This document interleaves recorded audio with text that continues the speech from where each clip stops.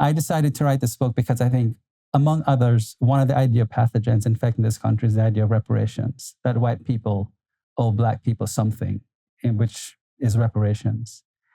And I love this country. I'm a great patriot of this country, of this republic. I came here from Jamaica when I was 20 years old because I fell in love with America from I was about the age of 10. I wanted to be an American above everything else.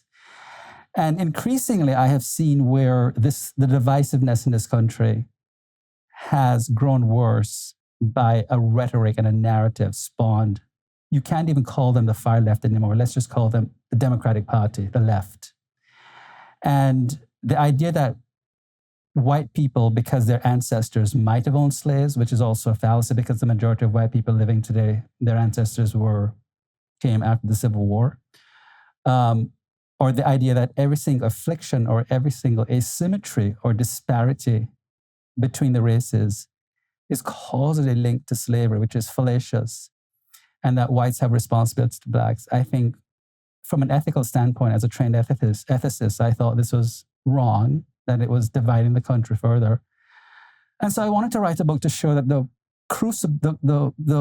freedom of Black people, the emancipation of Blacks, the reparations of Blacks were forged in the crucibles of 1776. And we've had three great foundings in this country. 1776, the Civil War, and the 1964 Civil Rights Act, and the subsequent 1972 Employment Act and the Affirmative Action Programs. So I think that reparations have been made to Blacks.